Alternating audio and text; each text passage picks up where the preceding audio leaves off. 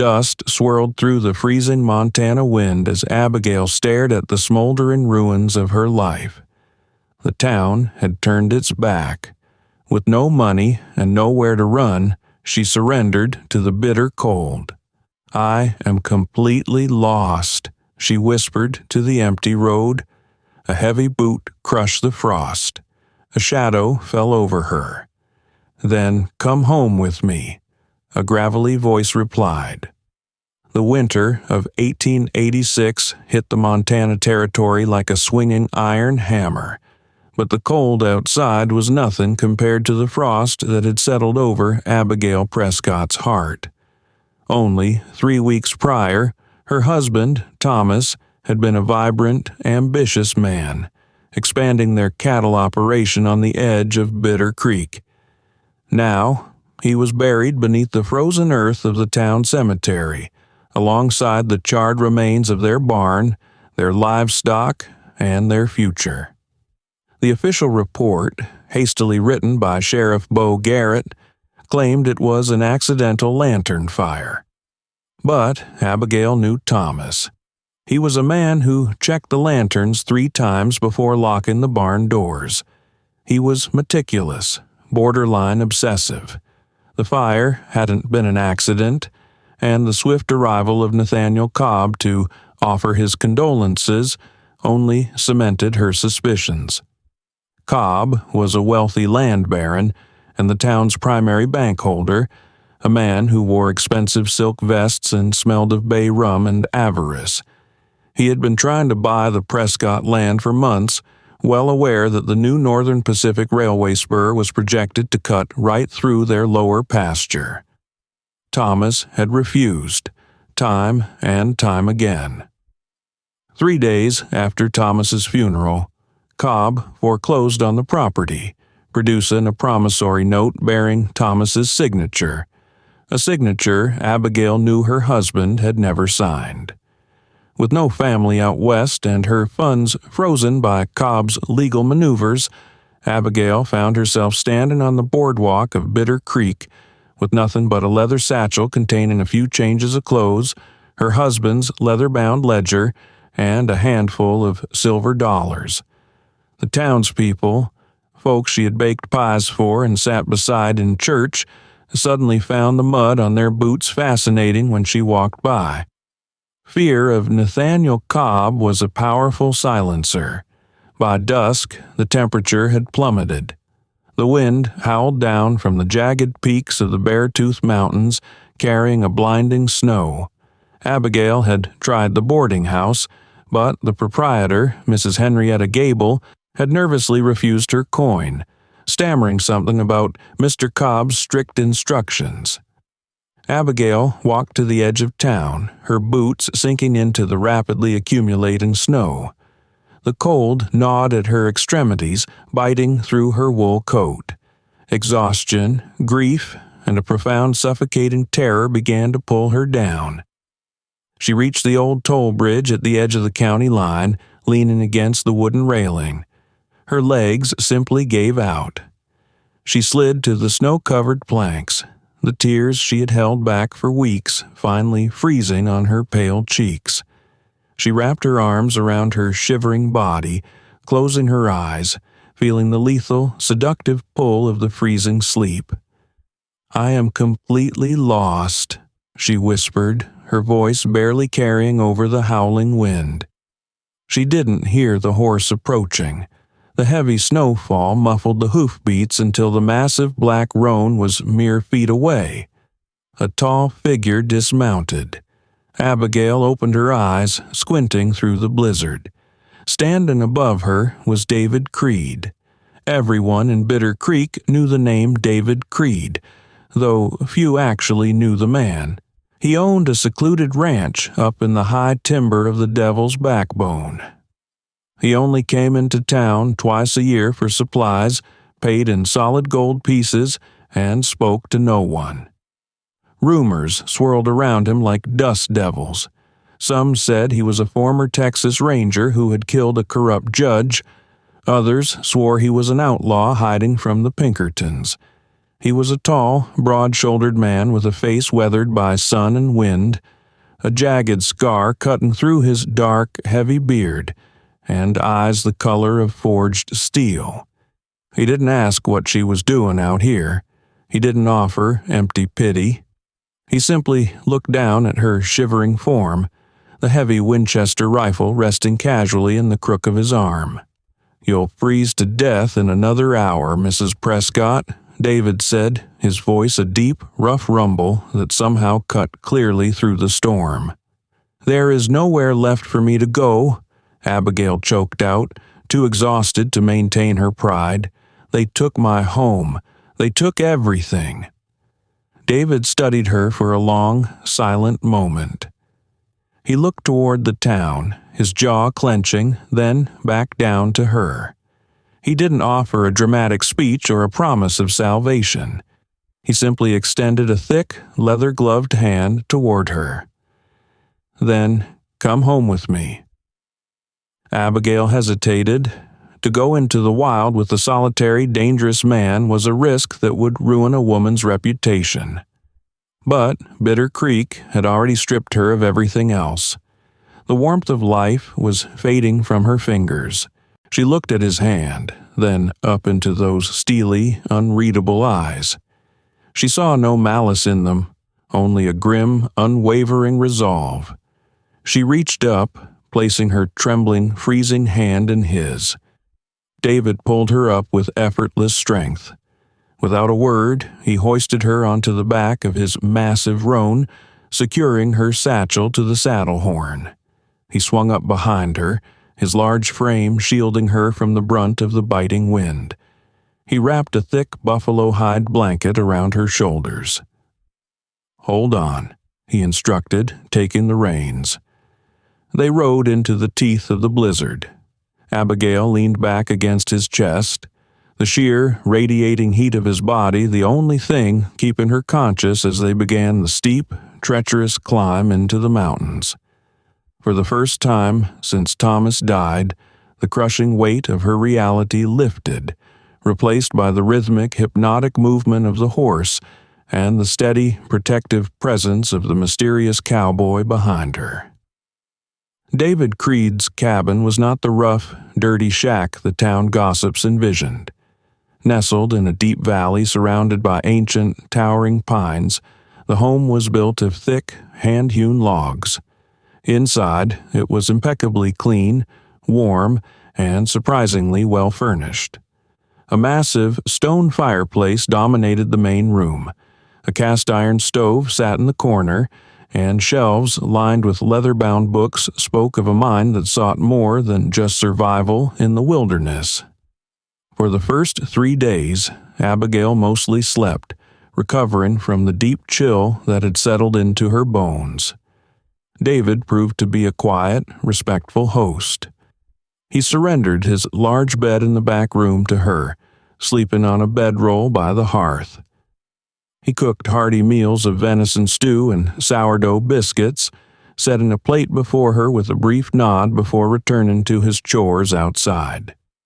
He never pried into her grief, nor did he ask about the circumstances of her eviction. The silence between them was not uncomfortable. It was a heavy, necessary truce. By the 4th day, the storm broke, leaving the world outside buried under 3 feet of pristine, glittering white.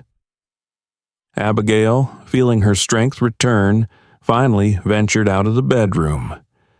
She found David sitting at the heavy oak table, meticulously cleaning a Colt single-action revolver. "You have my gratitude, Mr. Creed," Abigail said softly, pouring herself a cup of black coffee from the pot on the stove. "You saved my life." David didn't look up from the cylinder he was wiping down. "David, and you don't owe me anything."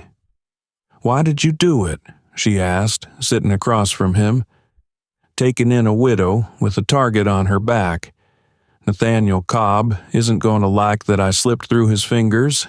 He wants me gone, or worse. You've brought trouble to your doorstep." David finally looked up, his steel eyes locking onto hers. Cobb doesn't come up this far. Men like him like the valleys where it's safe. Up here, a man has to answer for his own sins. If Cobb brings trouble to my door, he'll find out exactly what kind of host I am." The cold certainty in his voice sent a shiver down Abigail's spine, not of fear, but of an unexpected, thrilling safety. Needing something to occupy her mind, Abigail opened her leather satchel later that afternoon while David was out chopping wood. She pulled out Thomas's ledger. It was the only thing she had managed to grab from the house before Sheriff Garrett had bolted the doors. She began flipping through the pages, looking at the familiar slant of her late husband's handwriting. She expected to see tallies of cattle, feed costs, and grain prices. But as she reached the final few pages, the entries changed. Thomas had been keeping 2 sets of books. Her breath hitched as she traced her finger over a column of dates from the month leading up to his death. October 12th. NC threatened foreclosure. Denied. October 18th. Discovered the cut fence line. Found a boot print. Silver spur, star roll. October 25th. It isn't just the railway. NC is digging near the ridge. Found the assay report. Gold. He's going to kill me for it. Abigail's heart pounded against her ribs. Gold. It wasn't just the railroad right away. Cobb had discovered gold on their land, and Thomas had found out. He had murdered her husband for the mineral rights. Tears of rage pricked her eyes. She turned the page to look for more, but her gaze caught on a strange symbol drawn in the margin next to the final entry. It was a crude sketch of a brand, a crescent moon with a broken arrow passing through it. Next to it, Thomas had written, "If the worst happens, find the broken arrow. He owes me." Before she could process the meaning of the note, the deep, frantic barking of David's hound echoed from the front yard. Abigail jumped up, rushing to the frost-covered window. Coming up the snow-packed trail were 5 men on horseback. Even from a distance, she recognized the expensive, fur-lined coat of Nathaniel Cobb, riding alongside Sheriff Bo Garrett and 3 heavily armed thugs. Panic seized her. They had found her. The front door slammed open, and David strode in, bringing a rush of cold air with him. His face was a mask of pure, violent focus. He didn't look surprised. He looked ready. He walked straight to the gun rack, pulling down his Winchester and a double-barreled shotgun. "Get in the back room," David ordered, his voice low and tight. "Do not come out, no matter what you hear." "David, it's Cobb," Abigail cried, clutching the ledger to her chest. "He knows about the gold on my land. That's why he killed Thomas." David paused, his eyes dropping to the ledger in her hands. A complex emotion flashed across his stoic features. Regret, perhaps, or grim validation. "I know," he said softly. Before Abigail could question him, a voice boomed from the front yard. "Creed, step out here," Sheriff Garrett shouted. David cracked the lever of the Winchester, chambering around with a metallic clack. He shoved the shotgun into Abigail's hands. "If any man comes through that door who isn't me, you pull both triggers. Understand?" She nodded, her hands shaking as she gripped the heavy wood and steel. David stepped out onto the front porch, pulling the door shut behind him, leaving Abigail in the agonizing silence of the cabin. She crept toward the window, peering through a small gap in the curtains. David stood on the porch, his rifle resting casually at his hip, aimed dead center at Cobb's chest. The 5 men had their hands hovering near their holsters, but none had drawn.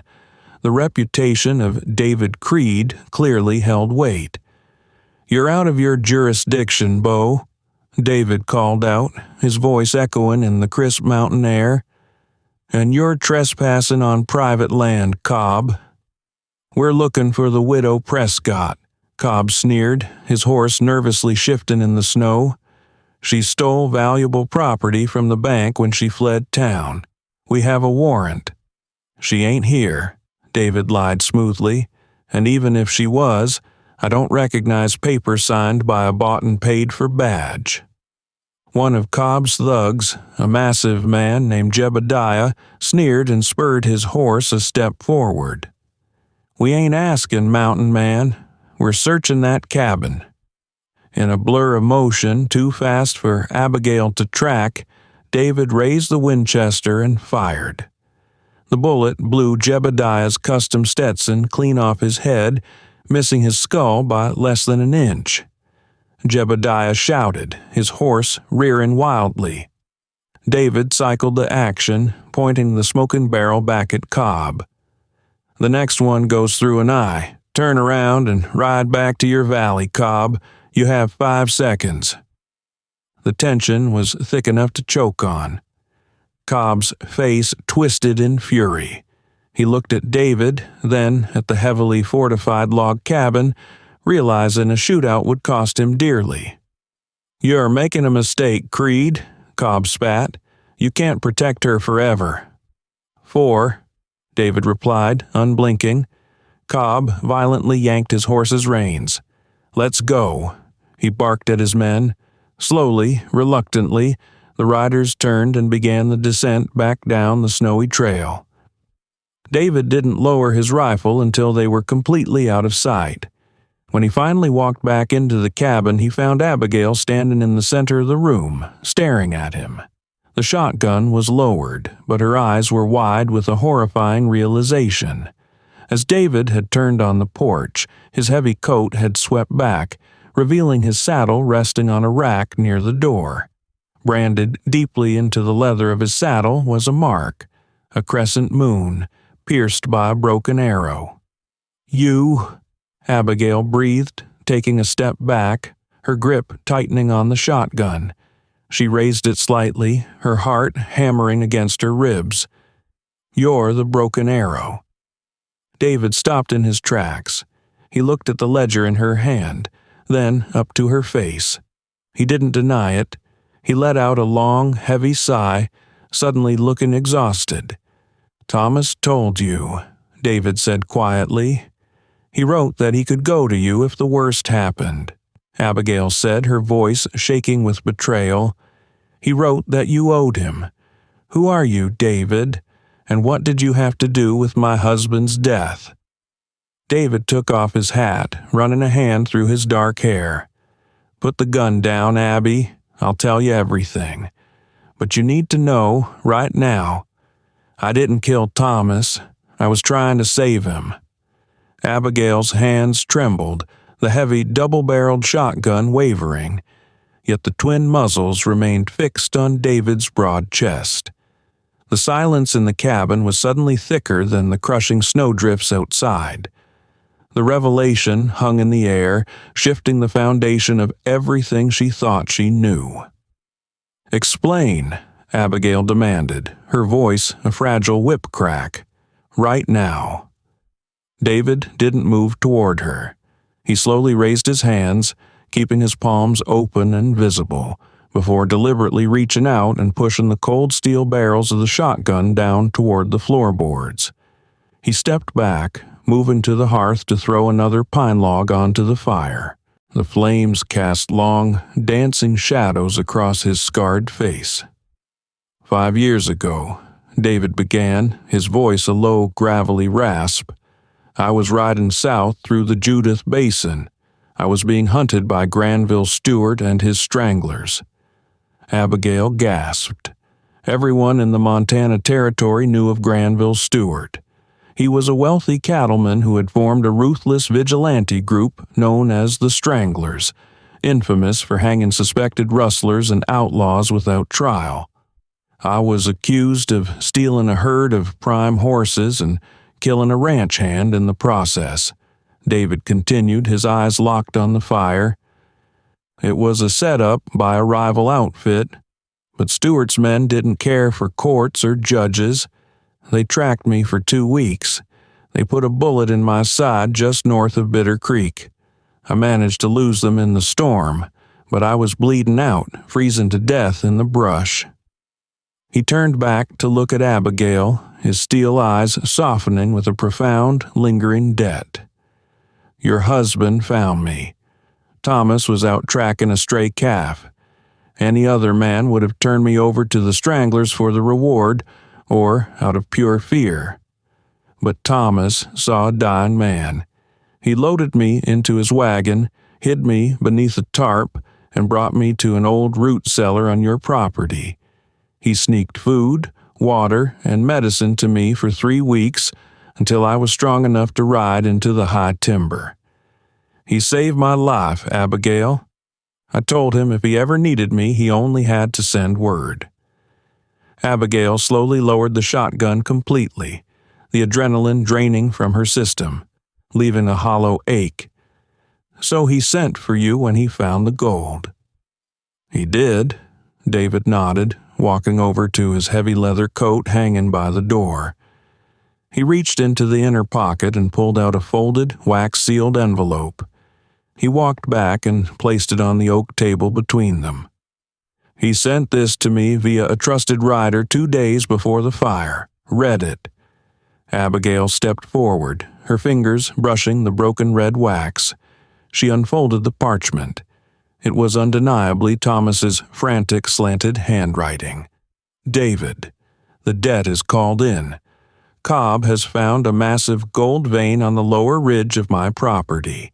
He forged a promissory note to seize the land, but I have outmaneuvered him. Yesterday, I wrote to Helena and filed a legal transfer of the deed with Judge Hiram Knowles. I put the land into a blind trust under your name. Cobb's forged note is useless against a federal deed transfer, but Cobb will kill me when he finds out.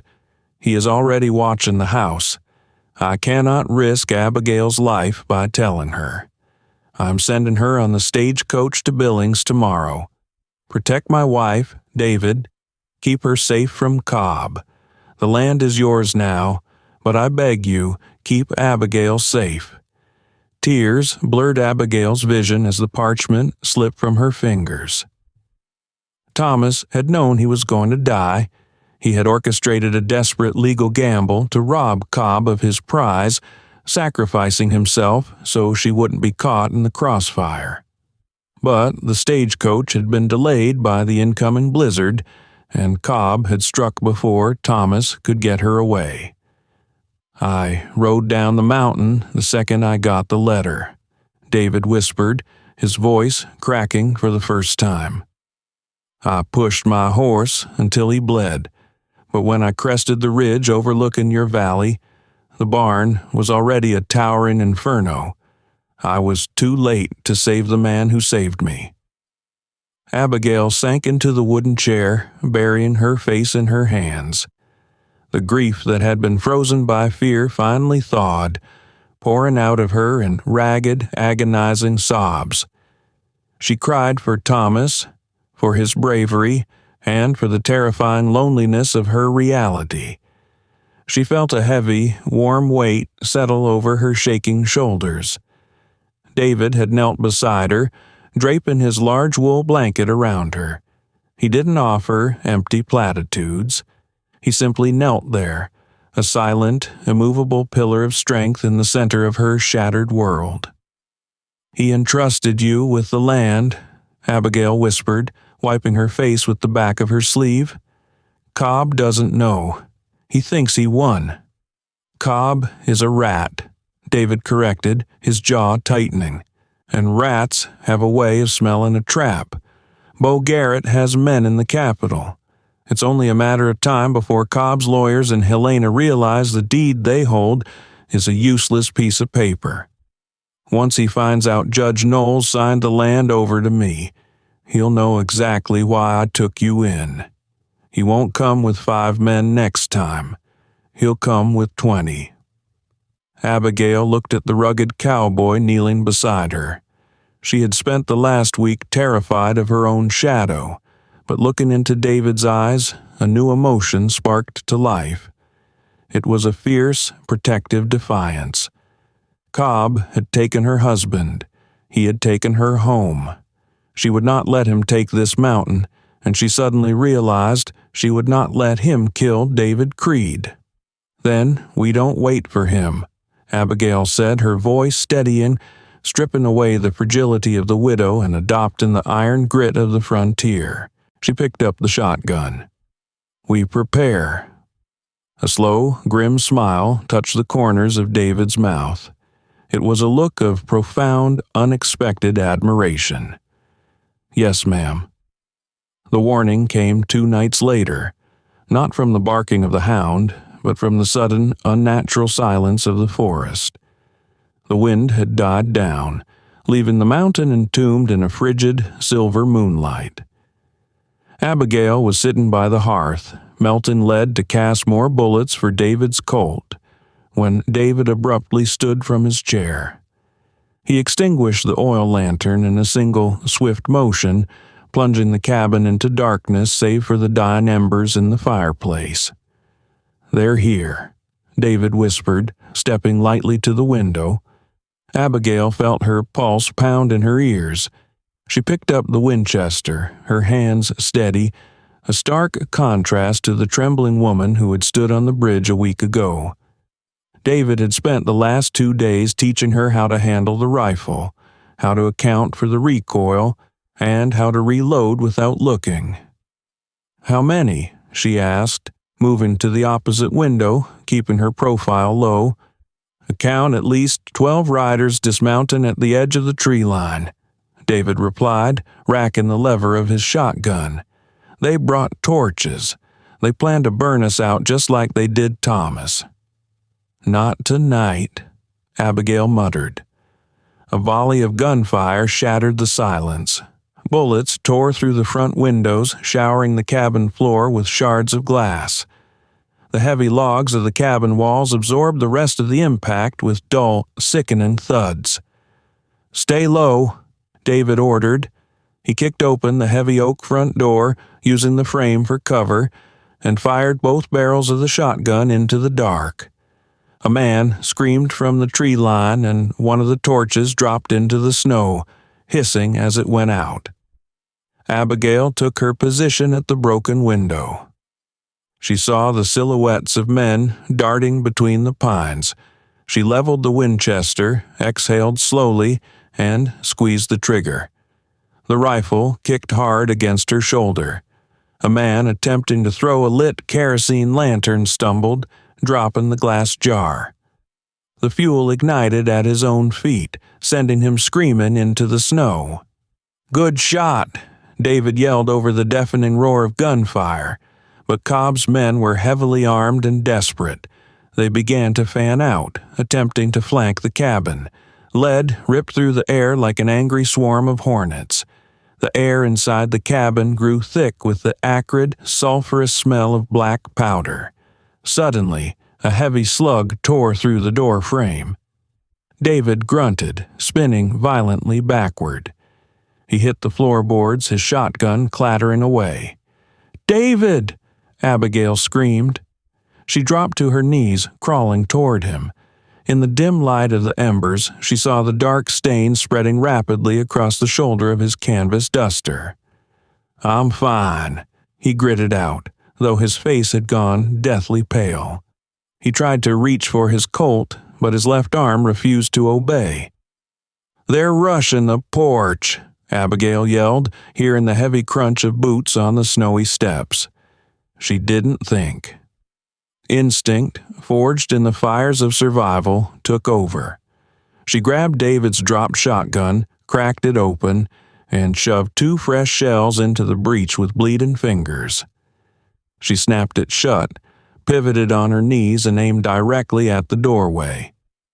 Jebediah, the massive thug from days prior, kicked the door completely open, leveling his revolver.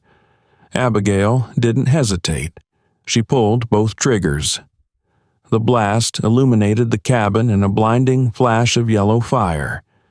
Jebediah was thrown backward off the porch, crashing into the snow below, dead before he hit the ground.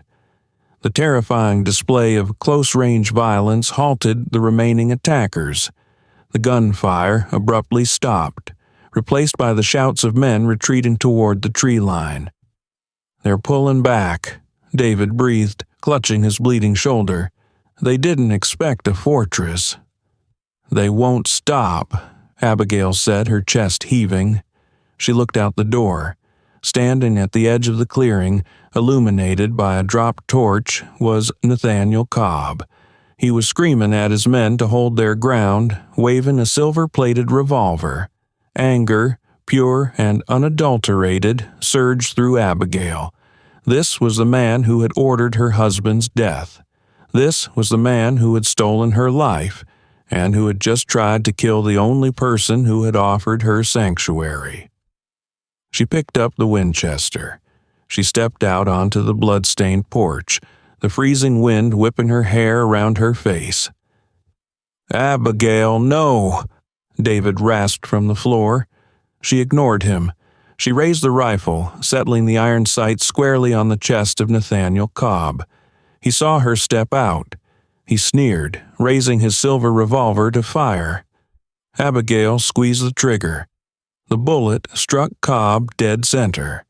The wealthy, ruthless land baron staggered backward, a look of profound shock replacing his arrogant sneer.